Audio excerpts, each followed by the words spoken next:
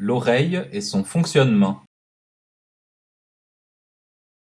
L'oreille des mammifères se divise en trois régions, l'oreille externe, l'oreille moyenne et l'oreille interne. L'oreille externe comporte le pavillon ou auricule, situé à l'extérieur du corps et ayant perdu sa mobilité chez les primates, ainsi que le méa acoustique externe. Ces deux structures concentrent les ondes sonores et les dirigent vers la membrane du tympan, qui représente la limite entre l'oreille externe et l'oreille moyenne. Dans l'oreille moyenne, trois osselets, petits os, le malleus, marteau, l'incus, l'enclume, et le stapes, l'étrier, transmettent les vibrations à la fenêtre du vestibule, membrane qui est située sous le stapes. L'oreille moyenne s'ouvre aussi sur la trompe auditive, conduit qui est relié au pharynx et qui équilibre la pression de l'air entre l'oreille moyenne et l'atmosphère, ce qui vous permet de vous déboucher les oreilles lorsque vous changez d'altitude par exemple.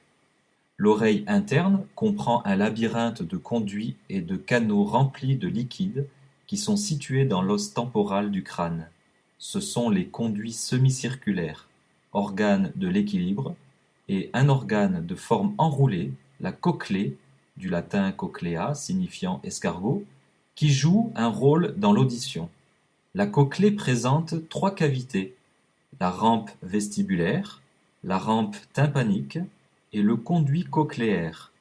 Les deux premières contiennent un liquide nommé périlymphe, la dernière s'insère entre les deux autres. Elle est plus petite et contient un liquide appelé endolymphe, liquide exceptionnel par sa composition, riche en potassium et pauvre en sodium.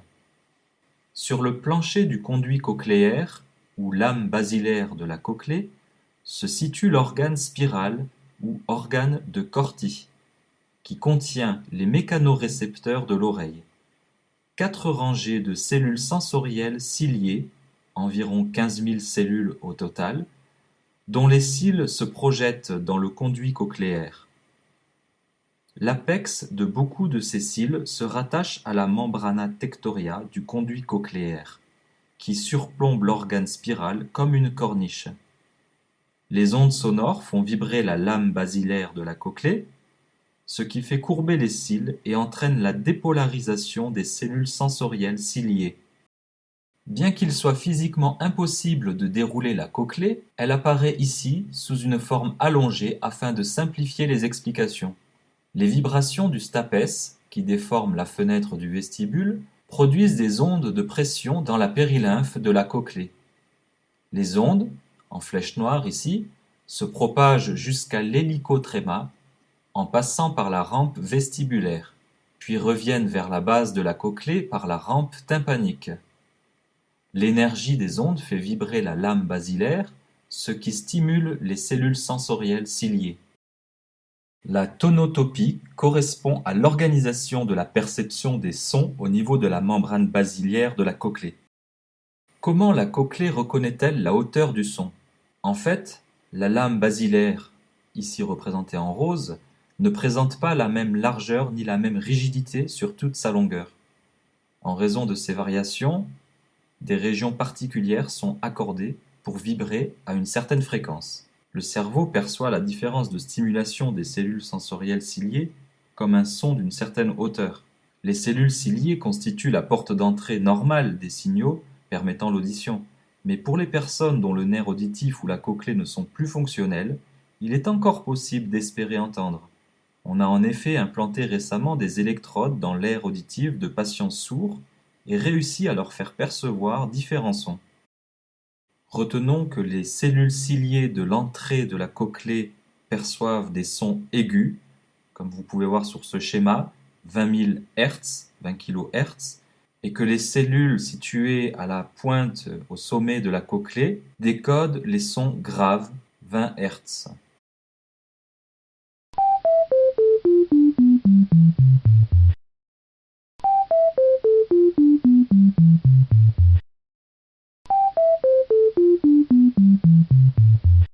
Le fonctionnement de l'organe de Corti, pour un son de faible intensité, la parole par exemple, peut schématiquement se résumer en 5 phases.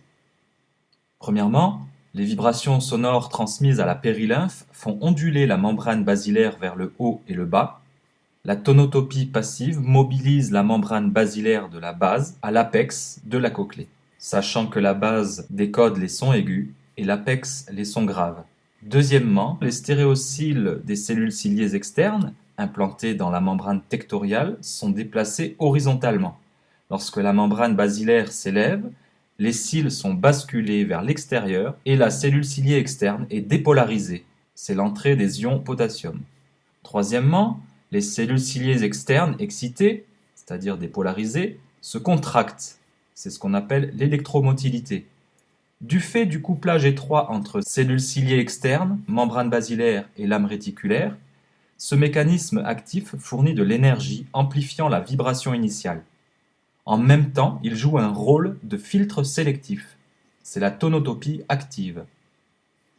Quatrièmement, la cellule ciliée interne est excitée, probablement par un contact direct avec la bande de Hensen dans la membrane tectoriale. Cinquièmement, la synapse entre la cellule ciliée interne et la fibre du nerf auditif est activée et un message est envoyé au cerveau.